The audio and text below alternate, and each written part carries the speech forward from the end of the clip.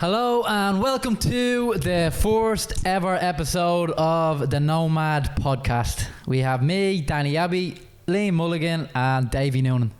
Me and Davey are Irish, both from Dublin, and Mully is a Geordie in Knacker. So we've decided last few months in the makings of a podcast. I came up with the idea one night out having a few drinks with Davey. Yep. Asked him would he jump on board. Look, these days I reckon everybody listens to podcasts, and if you don't, well then you're most likely in the next few months you'll be getting all over them. They're the new the new phase. The new phase there. You can just, while you're working away, you can listen to them. There's loads of different people that are doing them. So I just decided, why not just give it a go. So the next few weeks, we have a couple of guests on. We have a couple of topics we're going to be talking about. Nothing specific, just it's going to be general topics. What's happening in the news now, and just having a bit of crack. And three lads just talking. Nothing. It's not going to be too serious or anything like that. But we'll obviously take the topics we're talking about serious, and hopefully have a bit of crack along the way. And hopefully we'll put it out on social media, and if you guys have any topics you want us to discuss, we can take them on board and give them a go. So we'll tell you a bit about ourselves. I moved over here 10 years ago. I moved over just as the recession started in Ireland, so things weren't that good, and my mum, I had a little bit of money saved. My mum goes, why don't you go over to your brother? So put it out to me, a few of my mates. One of them said yeah. He came over with me, and I'm here 10 years later still. What about you, Davey? The same sort of thing? Yeah, same. I think I left 2008. I arrived in Australia, similar to you. The recession was just kind of coming in. I finished my electrical apprenticeship and kind of had always kind of wanted to go travelling. It was always a plan and ambition of mine to come to Australia. So me and a friend said, let's give it a go for a year and see how we get on. We already had friends over here. Yeah. So they'd been here for the year, based in Perth mainly, but we flew into Sydney and they came over and met us, and met up with them.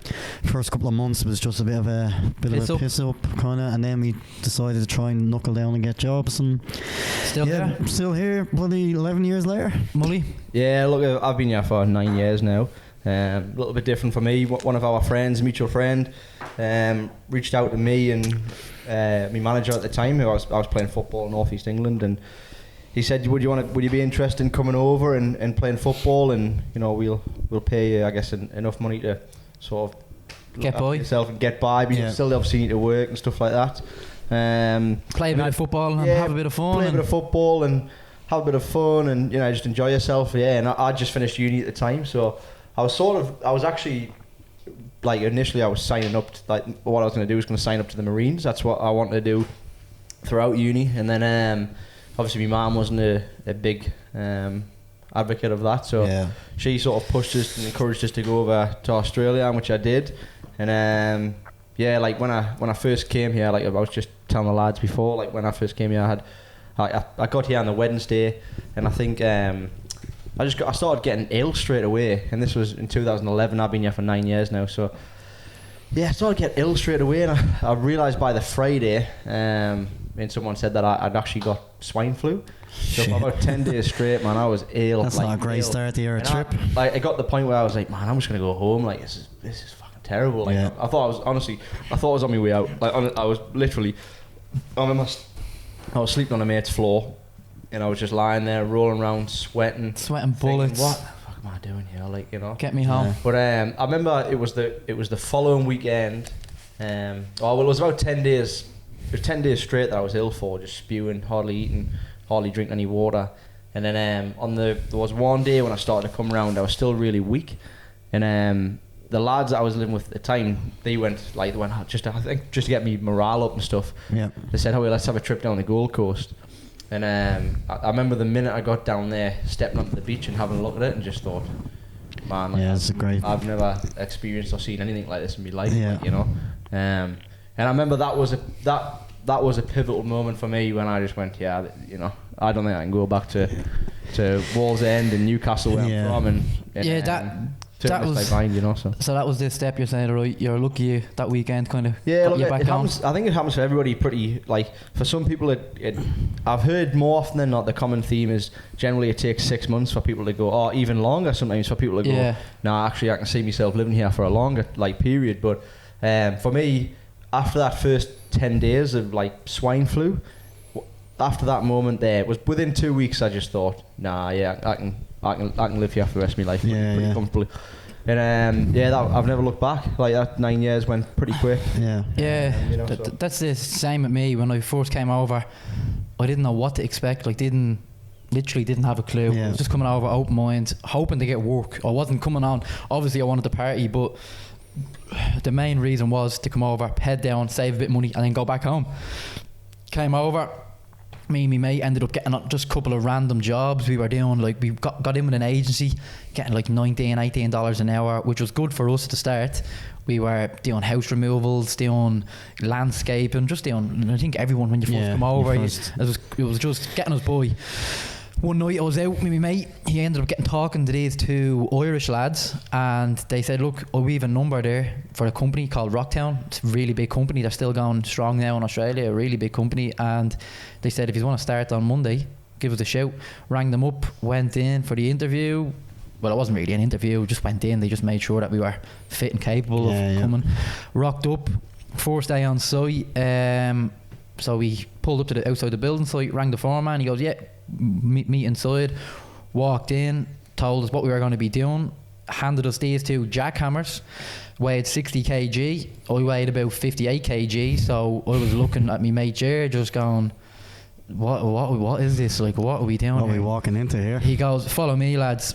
Walking down. As we're walking down, there's lads like proper grafters working away. Solid. Me and Jer. He would have looked out the place then, wouldn't Man, everyone was just looking. Like I was honestly, I still look young now, but I was looked like, Fresh faced. I looked about 12. I was 19 and I looked about 12, and everyone was looking. He's not even going to be able to hold that jackhammer. But saying that, I was actually the strongest out of everyone that day. So I believe that.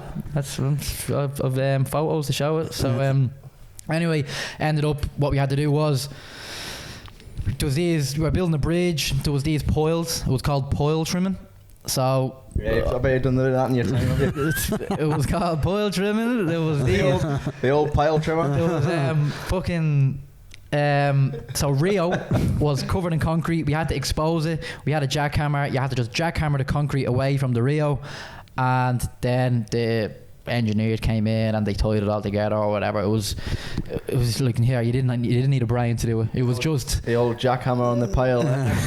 that's all it was. That's why I was asked to do it, because there was a certain few people that could do it, and I told them I was one of the best around. The best pile trimmer around. So Hello Daniel, have you had seen much one of these? experience trimming piles by any chance? I've got this one on me.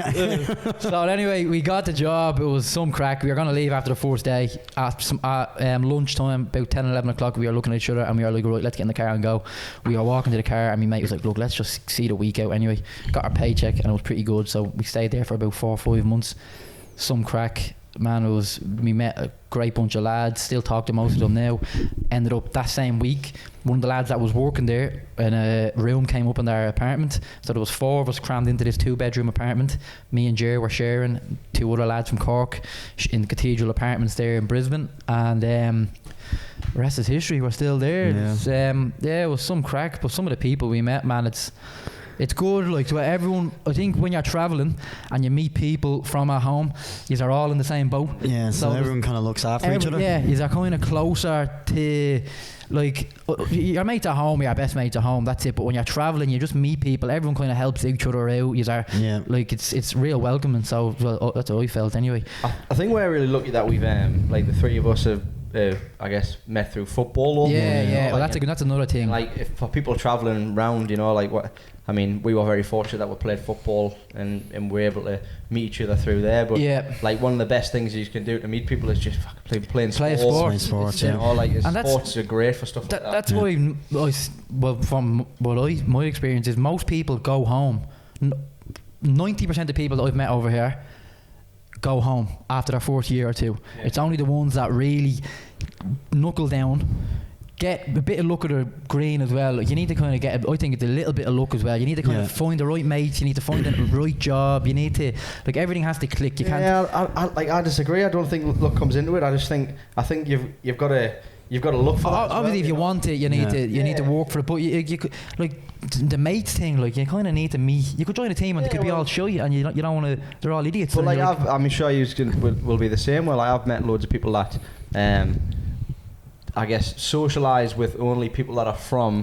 Yeah, and that's a big thing. Exactly. Yeah. Whereas I couldn't give a bollocks. No, I'd talk to anybody as well, and that's what I reckon. I talk to anybody. Like, it doesn't matter, Irish, English, Australian, fucking American, like Kiwi, wherever you're from. Yeah. You know, like, it doesn't bother me. You know. Nah, but that does happen though. You get into a clique, and then when them mates leave, you kind of just like, I'm just gonna go as well. And lucky for us, we stayed and we knuckled down and made, as I said, really good bunch of mates. Between me and Davey, we've a great bunch of lads. Yeah. We've a great bunch of lads. So like, we're lucky as well. Even like in the CrossFit gym that I'm a part of, there's plenty of people like, even if there's people out there that are, I guess, like, don't play sport for whatever reason, but just want to, like, you know, even just joining a gym. Yeah, it's a massive help. Yeah, it's a massive help. Yeah. I know there's several people at the place that I go to have made loads of friends just in the gym that we go to, just by joining and trying to integrate themselves in part of the community. Yeah. And sometimes you find yourself when you come over, like when you go travelling or when you come to a foreign place, you find yourself doing things that you probably wouldn't do at home. Yeah, you get pulled out of your comfort zone and you kind of have to it's like, give it a go. It's the best thing I would say to anybody. Like, honestly, get out of that comfort zone. Like, start saying yes to things that you wouldn't say yes to, you know. And even if you don't like it, like, what's the worst that can happen? You go home. Exactly right, you know. That's what I say to a few people. It's like, look, I know you have it well at home and it is, but look, some people just actually don't like it, and that's fair enough. Which is, if you like staying at home and you like, there's nothing wrong with that whatsoever. But I just don't like the people like, I couldn't be arsed going there. It's why, like, what? It's like, well, if you don't try it, you're never gonna know. I'd rather try it and say it's not for me than not try it and go and regret it like 10, 15 years down the line when you've got a wife and 4 kids and you can't afford to do or don't have the opportunity anymore. Look, them traits carry across all sorts of different personalities. I mean, if you like that, if you like that in general and closed-minded with stuff like that, you're going to be closed-minded amongst everything else as well, you know. So being open-minded about things and people, like, I mean, like when I first came here, I found myself like socialising with probably people that I wouldn't normally socialise with back home. Yeah. But you just constantly just put yourself out there and you meet new people and everyone's on their own journey, you know. Like, I've met some like really, really good mates the last 10 years. I'm sure we all have. We've made mates that you wouldn't think. Fuck, I wouldn't even. I know I was young when I came over, but I'd be like, I wouldn't even talk to them. Traveling opens up your mind, I reckon. You just go with the flow, and if you have the attitude of, right, we'll do it. If it's good, it's good. If it's crap, it's crap. It is what it is. That's just my take on from coming over here. But what other jobs have you done, Davey, since you came over? Yeah, like you, when you first get here, you kind of do any job you're given to pay the rent and, you know, get yourself out of the weekend. So I've done, like you said, the furniture removalist kind of jobs. I've done, just general labouring jobs. The furniture removal probably would have to be the worst job. Every person I know done it. Furniture removal. There's plenty of them gigs around, isn't there? There's always quick, easy cash. It's not easy. You're grafting for it. It's hard, like, but there's nothing really to it. You're moving furniture. It's pretty simple, and everyone's moving. So you could get a gig like that. My most pointless job was sitting in a lift for 10 hours a day, pressing buttons, taking people from ground floor to level 18 on down sites. up, so it was not a building in a hotel like, I wasn't dressed in a tuxedo and a white pair of gloves going, where are you going to, sir? We were having a little chat talking about it, and Mully was like, you worked in a hotel, like, in a lift. Picture you there. No, he was on a building site over here. I'm sure. Well, look, if anybody hasn't worked on a building site before, exactly. As soon as I hear I had a job in a lift, you automatically think, so the builder thought it would be an idea that kind of lads were taking a piss and, like, you know, abusing the lift, so they designate one of the labourers each, change it every kind of how can someone take the piss and abuse the lift? Well, people were kind of, you know, going, you know, taking it down to ground floor, so you basically have to tell them where you were going, and like certain trades could only go to certain floors, just say there's 5 trades on a building site, so whoever, just say someone was getting in really early, the electricians just say bringing all that cable up and just staying in the lift and just literally Holding it. all day, holding it. So there's other trades that have to get their stuff up as well.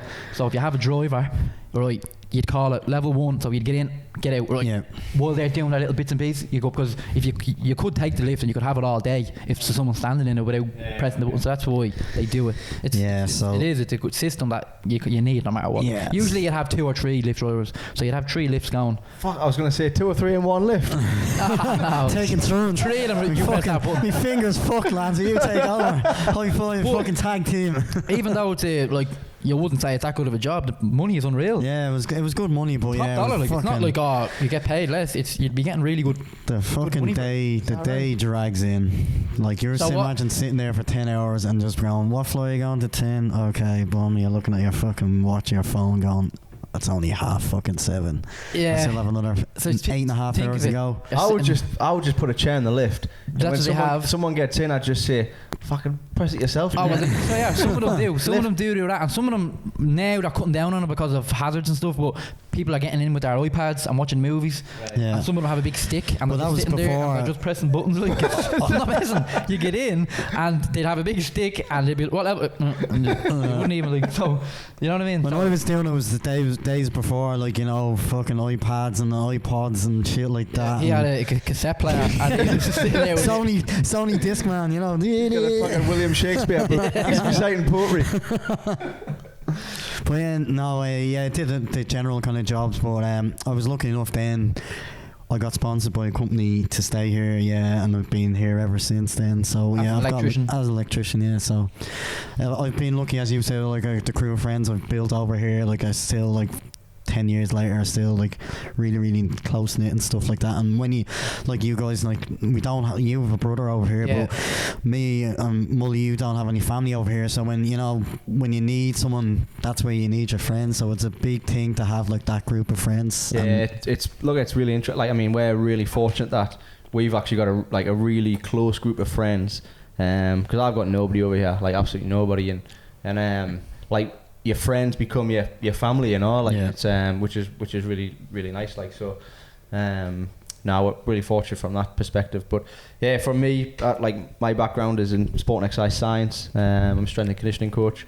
Done several jobs, as I'm sure we all have when you come here. Like Davey says, you just do what you can to pay the bills. But started off doing some personal training. I've done painting. I've done plot. I tell you one of the hardest ones I've done was just like, I worked for this plasterer, and he was like, now I see that if you're plastering a roof now, they've got one of them machines that you can just like holds the plasterboard up in the sky. Yeah. Well, old mate didn't have one of them. He had you me. were hopping on your back and holding until you screwed it. I'd have the plasterboard like this. Yeah, my neck would be fucking at 90 degrees.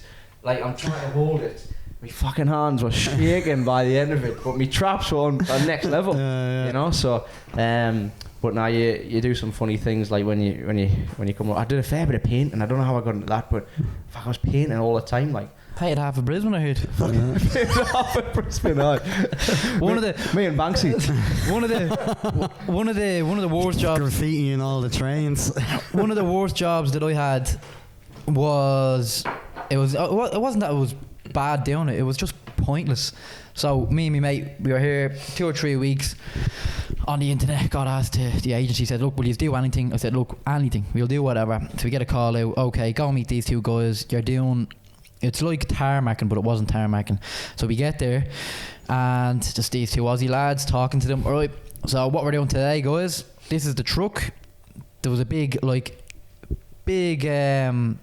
container full of hot tar, and the guy had a big gun, so we had like a big massive tar gun. It was like a flamethrower, but there was tar coming out of it, and we were filling in every crack on the road. So if there was a crack on the road, instead of ripping the road up, they were just filling these cracks in with tar.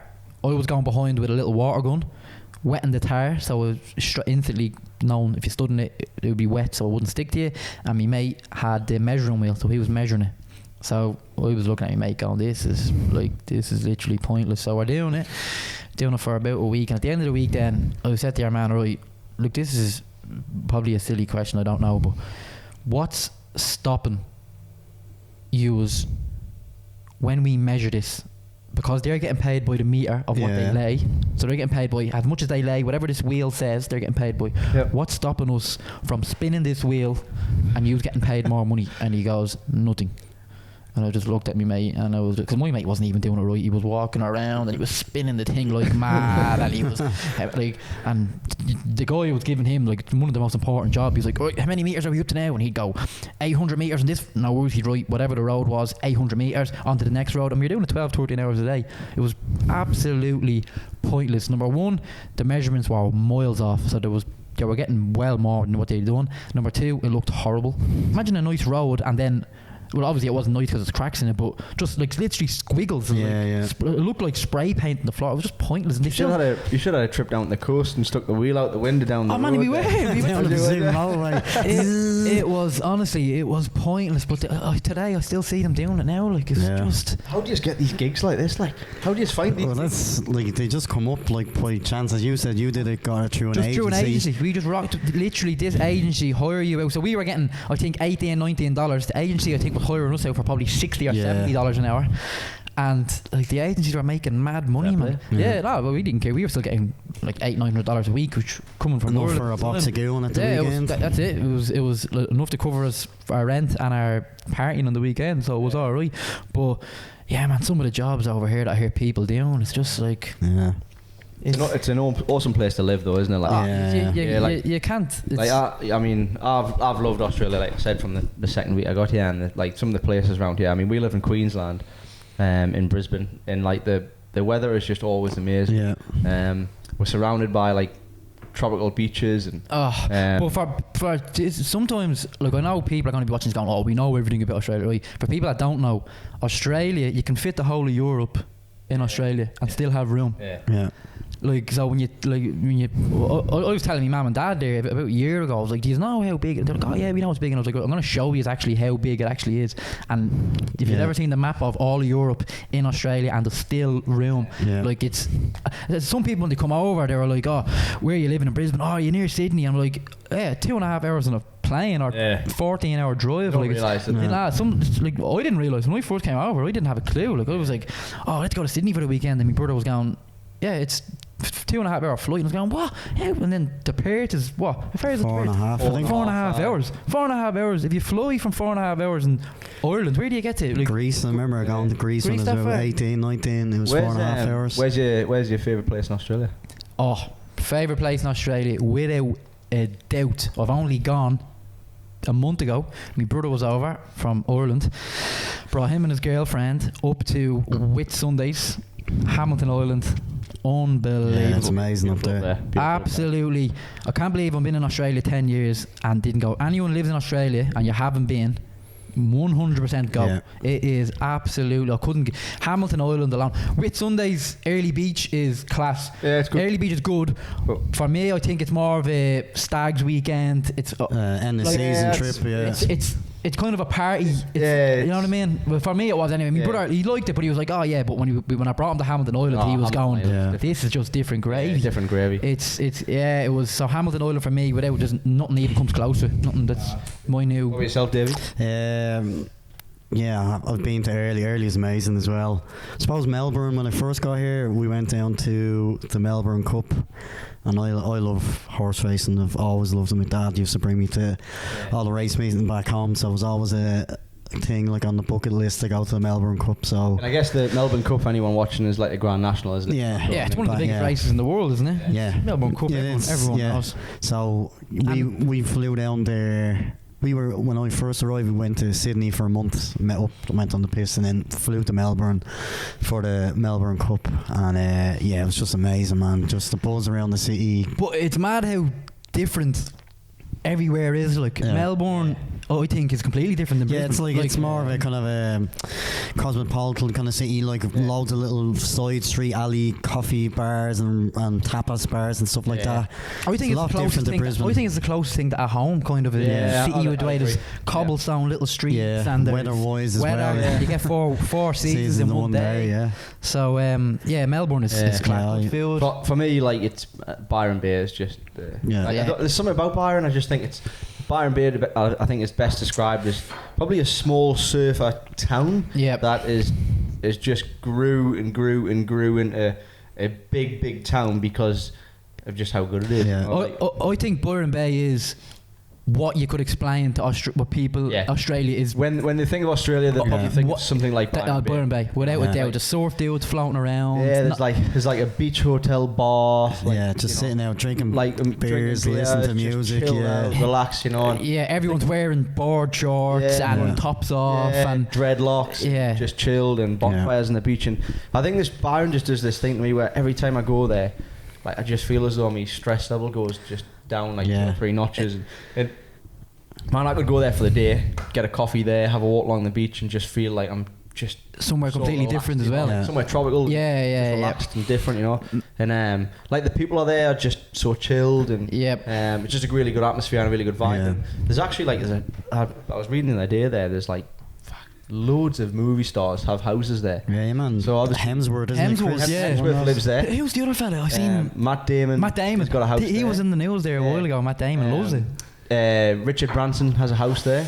You know, and there's like all them houses along the front there. A lot of them own them houses, you know. So just like an incredible place to go. Like yeah. No, but what about sporting events? Talk about some sport. Sport, like what's coming up? What way? Well, at the minute, we have to talk about Liverpool. Why? Is like I'll talk to a load of people about this. A load of people. If you're a Liverpool supporter right now, enjoy what you can. Your life has to be feeling so good. I swear to God, my life since Liverpool, just waking up, seeing that we win, whether it's a last minute win, whether we're hammering teams, just making me happy, man. Yeah. Like, I know you're a Newcastle fan, and I'm it is what it is. Geordie, and Davey's a Celtic fan, which you always win, but it's not the same. No, actually, this year I actually want you guys to win because it's been nearly 3 years since you've won the league. 91 was it, or 89? 91. 91. Yeah. No, 89. Yeah. No, 89. Oh, 89, yeah, because they haven't won this. I'm born in 90. But yeah, man, it's football at the minute, man. He's the best team in the league by far. There's no doubt about it. Even watching us, even lads that literally don't really like Liverpool, you can't deny the fact that they're the best team. They're playing so good. And City are crumbling, Chelsea are all over the place, United are fucking shocking. Terrible. Arsenal are terrible, man. Spurs are now, they have Mourinho in. Well, Leicester's your biggest threat, really, isn't it? Yeah, like, and even saying that, like, Leicester are, imagine saying at the start of the season, Leicester are going to be, like, you'd think it'd be us and see. Here, I'm not saying that, I'm not celebrating anything. I'm going on record here. Whatever happens. Yeah. You might say we're going to win. I'm not saying that yet, because it's football and anything can happen. Yeah. But we're looking... You're looking good, yeah. It's going to be hard for you not to win it from this position currently. I mean, it's going to take you fucking losing 4 or 5 games between now and the end of the season. Last season, how many points ahead were you at Christmas? 8. How many? Well, we were 11 at one stage, but they had a game in hand. How many points are you ahead of 14? At this 14 point? Right now ahead of City. They're 8 ahead of Leicester. With one game left before Christmas. 2 games before Christmas. Okay, so jeez. It's going to take a lot, I think. But I think last year's experience has stood to them. This year, I think they know what they need to do. They can't slip up. And every game, like, I don't watch all the games. But every morning I wake up on a Sunday morning and check it's Liverpool. They've won again. And they're doing what United did back in the 90s. They're scoring late winners. Minute goals. But even the team, like, I'd be a little bit worried if he wasn't changing the team. The team's changed the last 4 games. We've had 4 or 5 different players coming in. Shaqiri coming in, Mane's resting. We have Origi coming in, Salah's resting. We have Fabinho got injured. Everyone's like, oh, he's injured. We don't even know that he's injured. Keita just filled in that position straight away. Henderson is... You seem to have 2 players for every position. We have Gomez filling in anybody at the back. We lost Matip, who was probably our best defender at one stage. Now all of a sudden he's injured, and like everyone's just stepping up. It's ridiculous. Yeah. So it's good to see because City have been dominant for the last few years. Chelsea, United, like Liverpool deserve. I think they're the moment in the sun. Yeah. No, man. So hopefully that comes. Football at the minute is it's going pretty class. I'm happy. Honestly, I'm loving it. United are losing, which is always like everyone bar United fans are fucking enjoying that. Yeah, I can't stand United fans. Yeah. No. Honestly, I hate United fans. Can't stand them. Still can't. the fans that are pissing me off a lot lately are Arsenal fans.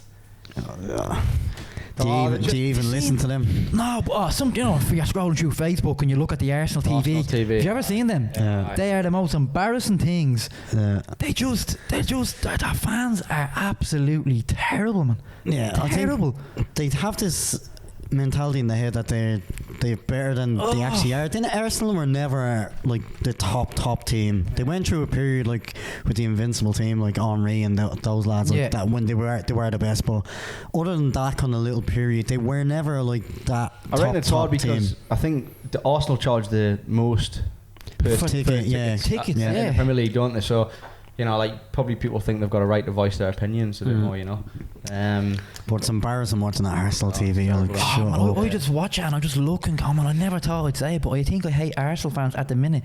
Even the way they're talking about their players and all. Like, I know they're not performing and that stuff, but like, just some of the stuff they say is just, I just can't. Yeah. It just annoys the shit out of me. But so we like football. Probably be some football podcasts. Maybe some. There'll be a couple of football. The Euros will be up next summer back home. June. So. And it's going to be a good one as well. All scattered around everywhere. So that'll be good. England are already in, so hopefully Ireland can. See what happens. Yeah, I'm not too fucking optimistic, to be honest. But no, it's a hard time at the minute being an Irish supporter. But we've got young lads coming through, so fingers crossed. You never know. And I think like one thing's also worth saying that we're big sports fanatics. Yeah. Predominantly we do watch more football, but UFC. We watch UFC lately. Probably more UFC and boxing lately. I think than a lot of stuff. Yeah, so, we've been the boxing and but even how good has the boxing been lately? Yeah. A couple of cracking fights. I still like for me. I don't want to say boxing's dying. I'm not going to say that, but I think the UFC have just taken things to another level and promotions. There was a time like fight cards and stuff like that. I'm not going to say I'm the biggest boxing fan in the world because I'm not, but I do enjoy boxing. Like if there's a decent fight, and the minute Mayweather was gone, really there wasn't really anyone. Like even the heavyweights, like Klitschko was boring as fuck. Well, the heavyweights have reignited. They're coming back. Like where there was a period, as you say, Klitschko was boring for so long, and it was more so the middleweight and then the lower weights that were kind of taking the. But even now, how often are UFC putting out cards where 3 title fights? That's the thing. I think where boxing and UFC kind of differ. Like UFC, it's literally every second week, if not every week, there's something that you go, I can't wait to watch that fight. Whereas boxing, you're waiting 2 or 3 months for a good fight to go. Yes, I can't wait to see that. Like, so I think that's where UFC have kind of set them. I don't know whether it's a plan of Dana White's and the organisation to go. We need to keep these to get on top. We need to keep pumping out these big title fights one after the other. They've done a deal with Mayweather promotion there, and they're moving into some boxing. That's the plan. But like even look Mayweather, he's unbelievable. He is what he is. But it's like who's he on? Who's McGregor was a once off. They do it again. It's not going to be as big. I don't want to see Khabib fight Mayweather. I'd watch it. I'd watch it. But it's not going to be like that's unbelievable. But how is that going to work though? Khabib is a wrestler. That's what I mean. Like I don't even know. And they're saying even Masvidal to fight Canelo. Like I'd watch it. Like everyone would, but I don't know. It's just I think a boxer is never going to set foot inside the UFC cage. No. So it's always going to take the UFC fighter to step foot in the boxing ring. And if you're fighting anyone like Mayweather, Canelo, or any of them, any of the heavyweights, like even did you see? Got no chance. Did you see Ngannou said he wants to fight Fury? Yeah, I did see that. Like, as everyone said, I know you would have a puncher's chance, but he wouldn't hit him. He wouldn't get close. I don't. Yeah. So like it's that doesn't honestly. I think McGregor done it right. I enjoy it. I think everyone in the world enjoy it. I don't care what anyone says. They get that die-hard fans. He never should have done that. The McGregor haters always shut you. It was what it was. For life. Exactly. Why wouldn't he do so if you hate him, think it's embarrassing. Yeah, it's embarrassing because he's getting 100 million. No, it was brilliant. I thought it was like no matter what, it was the most talked about thing in a long time. Yeah, it'll go it's down. done now, but I just think getting Khabib involved, Masvidal, it's like it's done. It's give it another 10 years maybe and do it again with someone else. But at the minute, I just don't see that crossover. Yeah. Even the bare knuckle boxing, that's brutal. It's brutal. Yeah, it's that level, isn't it? Fuck. I don't know. It's. Do you think that'll pick up? Do you reckon that'll? I don't know. I don't know. I'm not too sure. I think the UFC has got a firm hold on that. I think they at the minute, the next 10 years, it's going to be Yeah. UFC. It's going to get better. And like I sort of don't want any of the promotions to pop up, because then it starts getting a bit like boxing. You get the heavyweight title, you know, Yeah. you got the heavyweight champion of the UFC, and then you got the heavyweight champion of Bellator, the heavyweight champion of fucking this one. One championship in China. And then you go, well, who is really the best in the world, you know? Yeah. At the minute, the UFC has such a strong hold on all the best fighters want to be in the UFC. Yeah. Like, it's well known that Yep. if you're the best in the UFC, if you hold a title in the UFC, you're the best in the world. And Askren came across from Bellator, who was the undefeated in Bellator. He proved that, you know, that the UFC was, and I'm a big fan of Askren. Yeah. Oh, yeah. He proved that the UFC was on another level, and the fighters in it were on another level. You know, got beat. Like he won his first one, controversial. Yeah. Yep. And then got smoked the second, as we all know. Oof. And then the third one got beat again. You know, so and then retired. You know, so I think it's a good thing that there's a promotion that has a strong hold on it, but that's also a dangerous thing because they own the monopoly almost. You know? So yeah, I don't know. Like, who knows? I'm not too sure. But we'll be covering all them big Yeah, topics we'll be anyway. covering So hopefully we'll do a podcast with I can't wait for Fury Wilder. The rematch. that'll be a big. That'll be a good one. I just want to see AJ against one of them two, or both of them at some point. Do you think? What are you, Team AJ, or do you reckon Fury's? I reckon Fury's the best of all. Look, I think Fury's the best boxer out of all of them. I don't think anyone can dispute that. But I think each of them can beat each other on their day. You know, I think Joshua can beat Wilder. I think Wilder can beat Joshua. I think Fury can beat Joshua and Wilder. I think they can both arguably knock him out. But they all just have to fight. It's as simple as that. They all just have to fight. That's That's the main thing that annoys me about boxing. Yeah. They don't fight when they're in their prime, and they should. They just, which is fair enough. Look here, chasing the money, go do it. I know, but still, UFC, it's not. You're thrown in the deep end straight away. It's right. You're UFC 1-2 fights, boom, you're in. Yeah. Boxing, it's right, we'll give them these 5 lads, and then we'll see who. Yeah. I don't like stuff like that. It annoys me. So. Anyways, shall we wrap up? Yeah, this will be our fourth, so we'll keep it short and sweet. Yeah. Over the next few weeks, we have a couple of interesting guests. We have who do we have? We have Angus McLaughlin. Angus McLaughlin. He's the creator and owner of an app called Bobble. So his story's pretty good. He started from nothing, worked his way up, and now his app is going pretty well. Yeah. We have the Body Armor guys. They created the energy drink that it's like a hangover cure. So you drink it before you go out, and the next day you wake up and you're feeling brand fresh. new shampoo. So they'll have an interesting story. They have a couple of funny little stories of how they started it. Who else do we have? And we have Matty from Cosmic Wind. Oh yeah, Cosmic Wind. He won a couple of awards. So he came over, started up a company from scratch, and he's flying at the minute. He's doing pretty well. And then we'll have a few more arranged in the pipeline. A couple more. So hopefully if you don't like it, don't watch it. Don't leave any bad comments, please. Only good ones. And then if you have any topics, if you have any like even funny stories that you want to give us out, we'll even do a few stories at the start. Yeah. Fucking story time with Davey there. He's a nice voice there. I'll get me spectacles out. So hopefully you enjoy it, and like and subscribe. Right. We'll put everything. We have behind the scenes with Billy Bundy. He's in like what is he? What would we call editor, producer. He's a producer. He's our just go-to man. He's pretty good with all this technology crap. So he's a man who gets us going, and hopefully you enjoy it. And any sponsors that want to throw us a few quid to promote, we'll promote whatever you want. Or to sponsor guests coming on the show. Yeah. So we've got some stuff in the pipeline there. What we might throw some. So let us know, and we'll be in touch. Take care. Cheers. Bye.